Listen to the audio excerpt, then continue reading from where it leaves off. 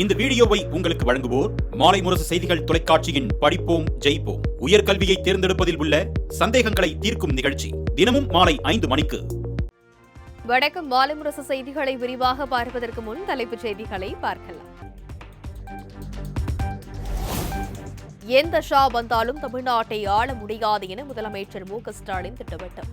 டெல்லிக்கு தமிழ்நாடு எப்போதும் out of control தான் எனவும் பேச்சு. சொன்னதுதான் மீண்டும் உறுதியோடு சொல்றேன், எந்த ஷா வந்தாலும் தமிழ்நாட்டை ஆள முடியாது. டெல்லிக்கு தமிழ்நாடு எப்பவுமே அவுட் ஆஃப் கண்ட்ரோல் தான்.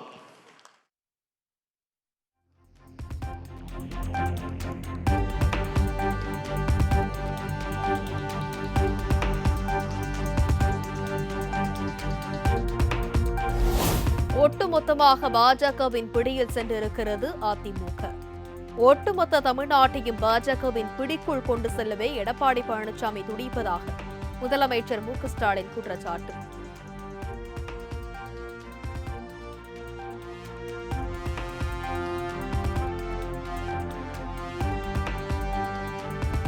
ஏழாவது முறையாக வெற்றி வாகை சூட வியூகம் அமைப்போம் என்றும் முதலமைச்சர் மு க ஸ்டாலின் உற்சாக பேச்சு.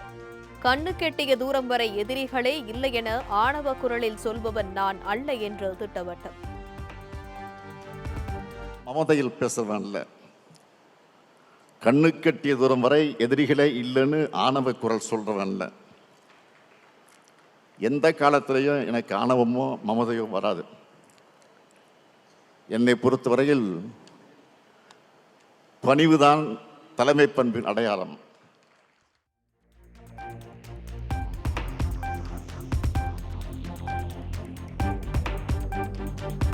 தமிழகத்தில் திமுகவுக்கு எதிரான அலை என்பதை விட ஆதரவான அலையை அதிகம் வீசுகிறது.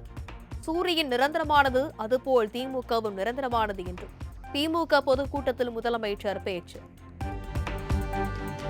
சூரியன் நிரந்தரமானது, அதுபோல கழகமும் நிரந்தரமானது.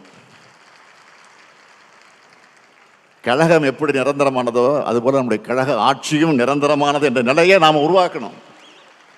அந்த நிலையை உருவாக்க முடியும். திமுக ஆட்சிக்கு எதிரான அலையை விட ஆதரவு அலை தான் அதிகமாக வீசுது. அது வெளியே தெரியாம மறைக்க, திசை திருப்ப சிலர் நினைக்கிறாங்க.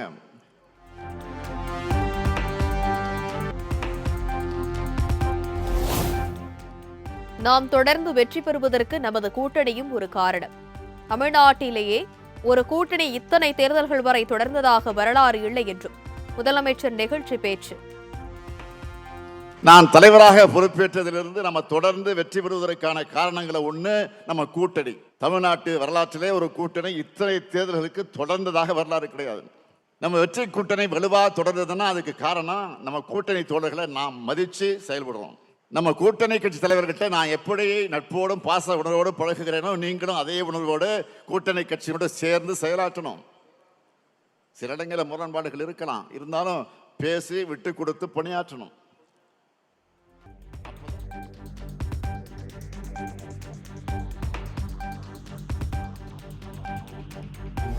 ஜூன் முதல் வாரத்தில் இருந்து அண்ணா அறிவாலயத்தில் திமுக நிர்வாகிகளை தொகுதி வாரியாக சந்திக்க இருக்கிறேன். தன்னை போல கூட்டணி கட்சி தோழர்களுடன் நட்புடனும் பாசத்துடனும் பழக வேண்டுமென திமுகவினருக்கு முதலமைச்சர் மு க ஸ்டாலின் அறிவுரை. என்னன்னா, கழக நிர்வாகிகளை தொகுதி வாரியா அண்ணா அறிவாலயத்தில் நான் சந்திக்க போறேன். அப்ப இன்னும் விரைவா 1-to-1 பேசலாம். ஒவ்வொருத்தருக்கும் ஒவ்வொரு பொறுப்பு நான் வழங்கியிருக்கிறேன். அதை சிறப்பாக எந்த விமர்சனம் இல்லாமல் செஞ்சு காட்டினா அதை விட எனக்கு மகிழ்ச்சி இருக்க முடியாது. எனக்கு தெரிஞ்சது அரசியல் மட்டும்தான்.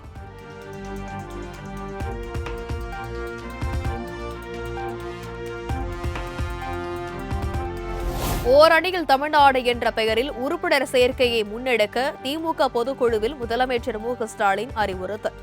ஒவ்வொரு பூத்களிலும் 30% வாக்காளர்களை திமுக உறுப்பினர்களாக்க இலக்கு நிர்ணயிக்க வேண்டும் எனவும் பேச்சு. மூலம் ஒவ்வொரு வாக்குச்சாவடிகளிலும் குறைந்தபட்சம் 30% வாக்காளர்களை கழகத்தின் உறுப்பினராக இணைத்திட இலக்கு நிர்ணயிக்கப்படுகிறது.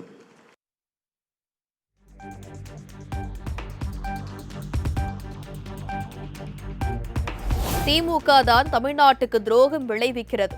அதிமுக தமிழ்நாட்டிற்கு துரோகம் விளைவிப்பதாக கூறிய முதலமைச்சர் மு.க.ஸ்டாலினுக்கு எடப்பாடி பழனிசாமி பதிலடி. பார்க்கப்படுகிறது. அப்படி ஒரு மோசமான ஆட்சி தமிழகத்திலே இன்றைய தினம் நடைபெற்றுக் கொண்டிருக்கிறது. திரு ஸ்டாலின் மாடல் ஆட்சி தான் துரோக ஆட்சி என்பதை இந்த நேரத்திலே குறிப்பிட விரும்புகிறேன்.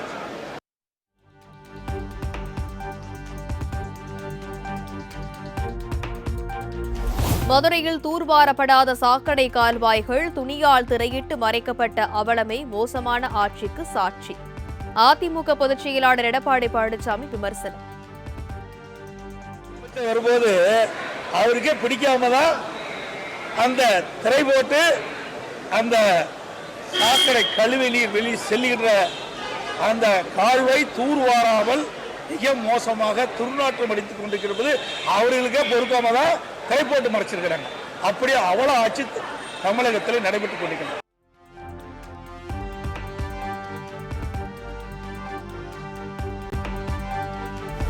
ஆதவ் அர்ஜுனா விவகாரம் தொடர்பாக தவேக தலைவர் விஜய் என்னுடன் தொலைபேசியில் பேசவில்லை. ஆதவ் அர்ஜுனா பேச்சு தொடர்பான கேள்விக்கு அவரே மறுபடி ட்வீட் செய்துவிட்டார் என எடப்பாடி பழனிசாமி பதில். அவரே மாதிரி ட்வீட் போட்டார்ல, அதோட முடிஞ்சது.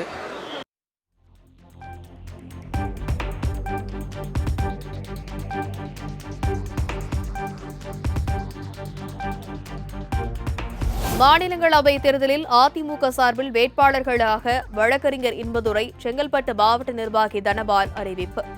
சென்னை ராயப்பேட்டை அலுவலகத்தில் வேட்பாளர் குறித்த அறிவிப்பை வெளியிட்டார் அதிமுக துணை பொதுச் செயலாளர் KP Munusamy. Inbadurai BABL XMLA அவர்கள், கழக வழக்கறிஞர் பிரிவு செயலாளர் திரு மா Dhanapal MA ML MBA PhD XMLA அவர்கள், செங்கல்பட்டு கிழக்கு மாவட்ட கழக அவைத்தலைவர், மாவட்ட ஊராட்சி குழு முன்னாள் தலைவர் என்பதை மகிழ்ச்சியோடு பொதுச் செயலாளருடைய அனுமதியோடு தெரிவித்துக்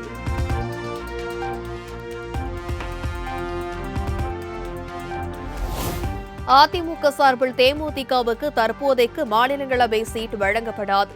இந்த தேர்தலிலேயே வாய்ப்பு கேட்ட நிலையில் கைவிரித்தது அதிமுக.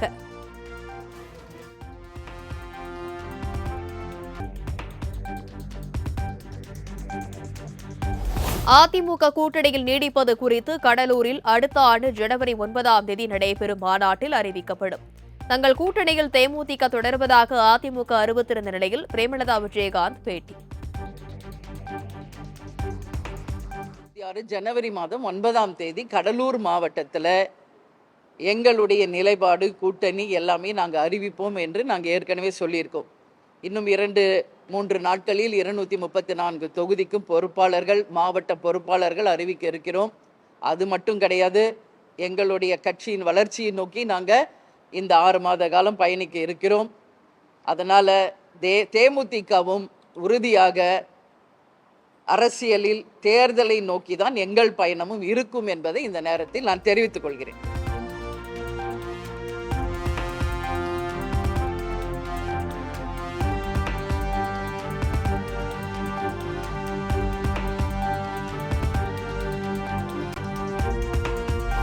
(2026) தேசிய முற்போக்கு திராவிட கழகத்திற்கு ஒரு ராஜ்யசபா சீட். அதிமுகவுடனான கூட்டணியில் தேமுதிக தொடர்வதாகவும் அதிமுக துணை பொதுச் செயலாளர் KP முனுசாமி அறிவிப்பு. நடைபெறவுள்ள நாடாளுமன்ற மாநிலங்களவை உறுப்பினர்கள் பதவிக்கான தேர்தலின் போது அனைத்து இந்திய அண்ணா திராவிட முன்னேற்ற கழகம் தேசிய முற்போக்கு திராவிட கழகத்திற்கு ஒரு மாநிலங்களவை உறுப்பினர் பதவியை வழங்கும் என்பதையும் தெரிவித்துக் கொள்கிறோம்.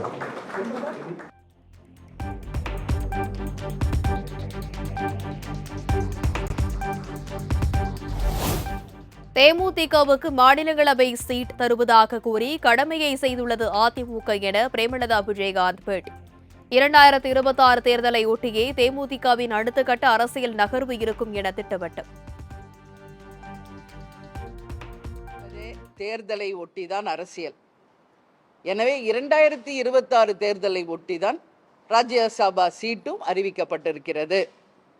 அரசியல் என்பதே தேர்தலுக்கானது தான். எனவே அவர்களுடைய கடமையை அதிமுக அவர்கள் ஆற்றியிருக்கிறார்கள். தேசிய முற்போக்கு திராவிடக் கழகமும் தேர்தலை ஒட்டி எங்கள் கடமையை நாங்கள் ஆற்றுவோம் என்பதை இந்த நேரத்திலே நான் தெரிவித்துக் கொள்கிறேன்.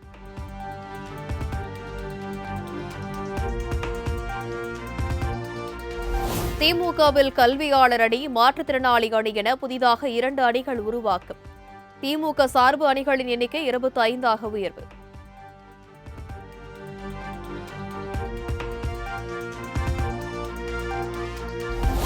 முன்னாள் பிரதமர் மன்மோகன் சிங், இங்கிலாந்து ராணி எலிசபெத் மறைவுக்கு திமுக பொதுக்குழுவில் இரங்கல். பாடகர் SP பாலசுப்ரமணியம், காங்கிரஸ் மூத்த தலைவர் குமரி ஆனந்தன் உள்ளிட்டோருக்கும் இரங்கல் தீர்மானம் நிறைவேற்றம்.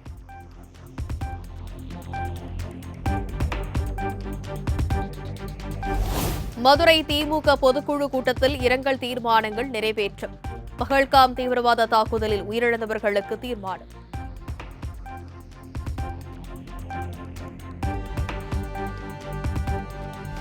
தேமுதிக தலைவர் விஜயகாந்த் மறைவுக்கு இரங்கல்.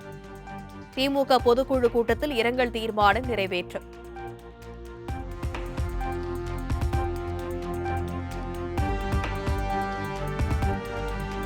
திமுக பொதுக்குழுவில் விஜயகாந்த் மறைவுக்கு இரங்கல் தெரிவித்ததற்கு நன்றி. கேப்டனின் இறுதி நிகழ்ச்சியில் முதலமைச்சர் மு.க.ஸ்டாலின் பங்கேற்றதை குறிப்பிட்டு தேமுதிக பொதுச் செயலாளர் பிரேமலதா விஜயகாந்த் பேட்டி. அவர்களுக்கு இரங்கல் தீர்மானம் நிறைவேற்றியிருக்காங்க. அதற்கு முதலமைச்சர் அண்ணன் ஸ்டாலின் அவர்களுக்கும் திமுகவிற்கும் தேசிய முற்போக்கு திராவிடக் கழகத்தின் சார்பாக எங்களுடைய நன்றிகளை தெரிவித்துக் கொள்கிறோம். கேப்டன் மறைந்து சற்றேறக்குரிய 1.5 வருஷம் ஆயிடுச்சு. கேப்டன் மறைந்தபோது முதலமைச்சரும் அண்ணன் ஸ்டாலின் அவர்கள், அமைச்சர்கள் அனைவரும் இங்கேயே இருந்து கேப்டனுக்கு இறுதி மரியாதை செலுத்தி, அரச மரியாதை செலுத்தி எங்களுடன் இருந்து எங்கள் துயரிலே பங்கேற்றார்கள். அந்த நாட்களை என்றைக்கும் நாங்கள் மறக்க மாட்டோம்.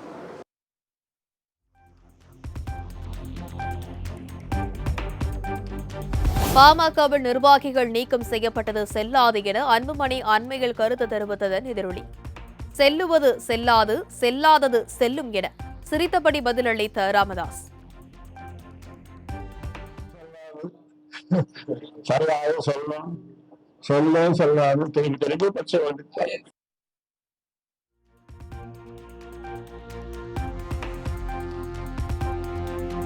ஒவ்வொரு கட்சியிலும் குடும்பத்திலும் நடைபெறுவதுதான் பாமகவிலும் நடைபெறுகிறது. செயல்பாடுகளின் அடிப்படையிலேயே மாவட்ட செயலாளர்கள் மாற்றம் செய்யப்பட்டதாகவும் ராமதாஸ் விளக்கம்.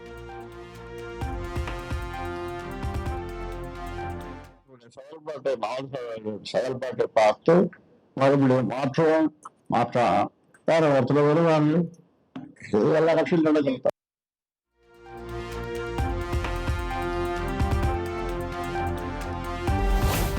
வன்னியர் சங்கம் சார்பில் பூம்புகார் நகரில் ஆகஸ்ட் 10ஆம் தேதி மகளிர் பெருவிழா. பாமக நிறுவனர் மருத்துவர் ராமதாஸ் அறிவிப்பு.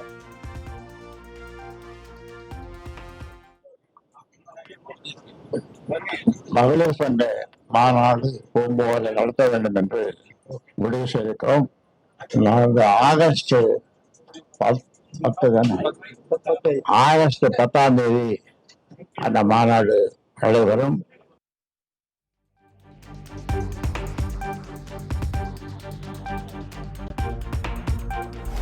டெல்லியில் பலத்த போலீஸ் பாதுகாப்பு இடையே இடித்து அகற்றப்படும் மதராசி குடியிருப்பு.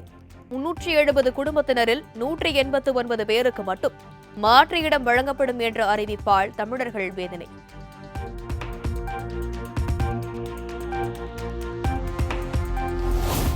டெல்லி மதராசி கேம்ப் குடியிருப்பில் வசித்து வரும் தமிழர்களின் வாழ்வாதாரத்திற்கு தேவையான அனைத்து உதவிகளும் வழங்கப்படும். சம்பந்தப்பட்ட மாவட்ட ஆட்சியர்கள் மூலம் தாமதமின்றி உதவி செய்யப்படும் என்றும் தமிழக அரசு அறிவிப்பு.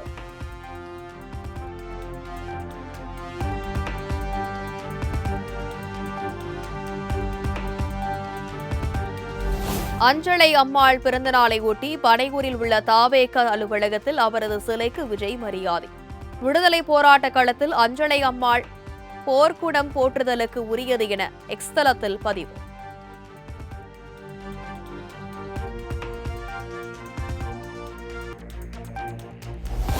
கோடை விடுமுறை இன்றுடன் முடிவடையவுள்ள நிலையில் வெளி மாவட்டங்களில் இருந்து சென்னை வருவதற்கான ஆம்னி பேருந்து கட்டணம் பன்மடங்காக உயர்வு. டிக்கெட் விலை 1000 ரூபாய் முதல் 1500 ரூபாய் வரை அதிகரித்துள்ளதால் பயணிகள் சிரமம்.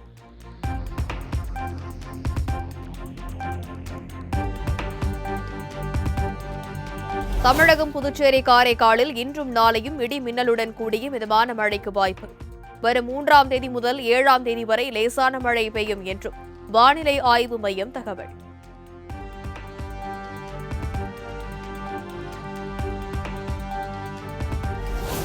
சென்னையில் இன்றும் நாளையும் மிதமான மழைக்கு வாய்ப்பு.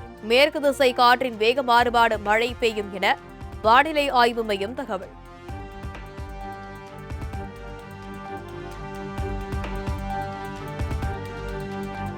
வங்கக்கடல் மற்றும் அரபிக்கடல் பகுதிகளில் மணிக்கு சுமார் 65 கிலோமீட்டர் வேகத்தில் காற்று வீசக்கூடும். பாதுகாப்பு கருதி மீனவர்கள் கடலுக்கு செல்ல வேண்டாம் என வானிலை ஆய்வு மையம் அறிவுறுத்தல்.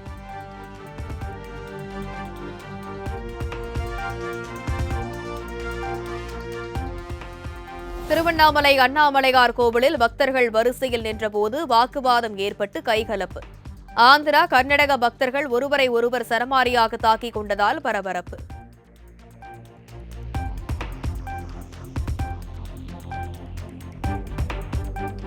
கோடை விடுமுறையின் கடைசி நாளில் ஏற்காட்டில் குவிந்த சுற்றுலா பயணிகள் இயற்கை காட்சிகளை கண்டு ரசித்தவாறு படகு சவாரி செய்து உற்சாகம்.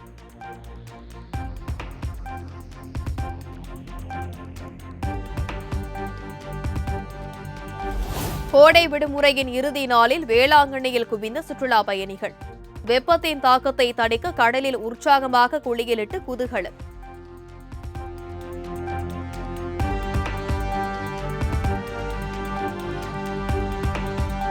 ஓடும் ரயிலில் படிக்கட்டில் நின்றபடி சினிமா நடனமாடி இளம்பெண் ரீல்ஸ். வீடியோ காட்சி இணையத்தில் வைரலாகி வரும் நிலையில் வலுக்கும் கண்டனம்.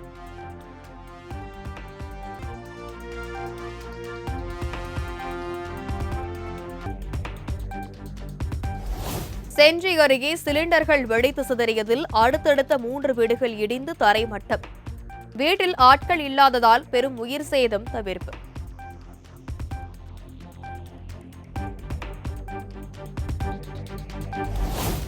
திருவண்ணாமலை அருகே வெகு விமரிசையாக நடைபெற்ற காளை விடும் விழா. களத்தில் சீறி பாய்ந்த காளைகளை இருபுறங்களிலும் நின்று கண்டு ரசித்த பார்வையாளர்கள்.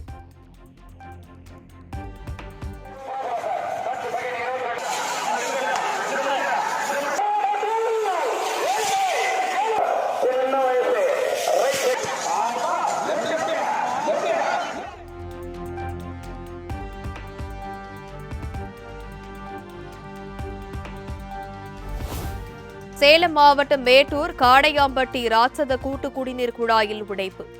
50 அடி உயரத்திற்கு தண்ணீர் பீய்ச்சி அடிப்பதை சரி செய்ய வேண்டும் என பொதுமக்கள் வலியுறுத்தல்.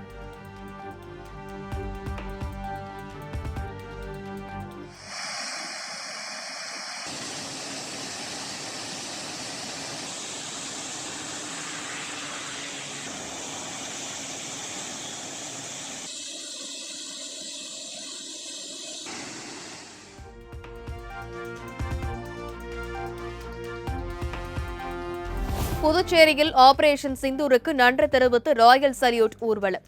பாஜக எம்எல்ஏக்கள் உட்பட 5000க்கும் மேற்பட்டோர் கைகளில் தேசிய கொடி ஏந்தி பேரணி.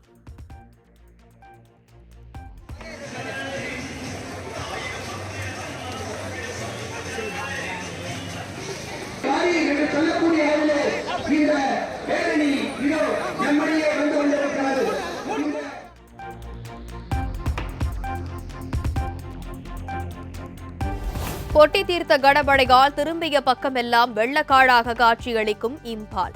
வெளியேற முடியாமல் வீடுகளில் சிக்கி தவிக்கும் பொதுமக்களை ரப்பர் படகு மூலம் மீட்கும் பணி தீவிரம்.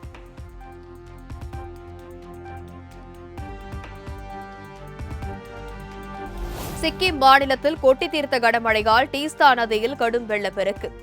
ஆர்ப்பரித்து சென்ற தண்ணீரில் பால கட்டுமான பணி பாதிப்பு.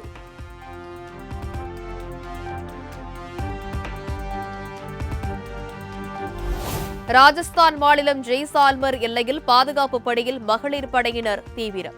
கடுமையான வெயிலையும் பொருட்படுத்தாமல் மணல் பரப்பில் பணியில் ஈடுபட்ட வீராங்கனைகள்.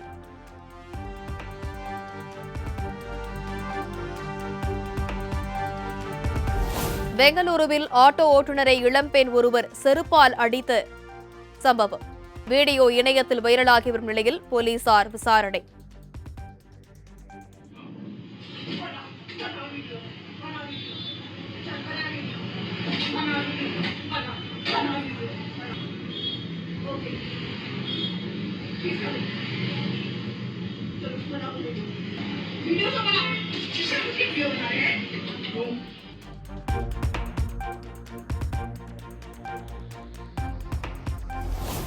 சேமிப்பு கணக்குகளில் குறைந்தபட்ச தொகை இல்லாவிட்டால் விதிக்கப்படும் அபராதத்தை ரத்து செய்தது கனரா வங்கி.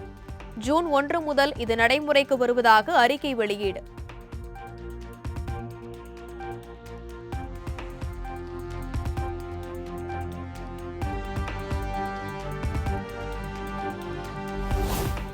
ரஷ்யாவின் மேற்கு பிரையன்ஸ் பகுதியில் பாலம் இடிந்து விழுந்ததால் பயணிகள் ரயில் தடம் புரண்டு விபத்து.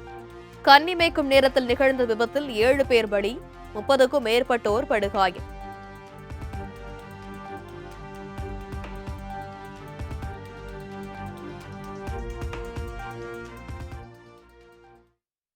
உயர்கல்வியில் சேரவுள்ள மாணவர்களின் சந்தேகங்களை தீர்க்கும் வகையில் ஒரு புதிய முன்னெடுப்பாக நமது மாலை முரசு தொலைக்காட்சியில் தினந்தோறும் மாலை 5 மணிக்கு படிப்போம் ஜெயிப்போம் என்ற நிகழ்ச்சி ஒளிபரப்பாகிறது. உயர்கல்வி தொடர்பான சந்தேகங்களுக்கு துறை சார்ந்த ஆளுமைகள் விளக்கம் அளித்து வருகின்றனர். 100 நாட்களில் 100 படிப்புகள் தொடர்பாக நிபுணர்கள் விளக்கம் அளிக்கின்றனர். அந்த வகையில் நாளை மாலை 5 மணிக்கு ஒளிபரப்பாகும் நிகழ்ச்சியில் AI நிபுணர் அனிதா சிவசுப்பிரமணியன் சிறப்பு விருந்தினராக பங்கேற்று வெளிநாட்டில் வழங்கப்படும் AI படிப்புகள் குறித்து பேச உள்ளார். இது தொடர்பான சந்தேகங்களை மாணவர்கள் தொலைபேசி வாயிலாக கேட்டு பயன்பெறலாம்.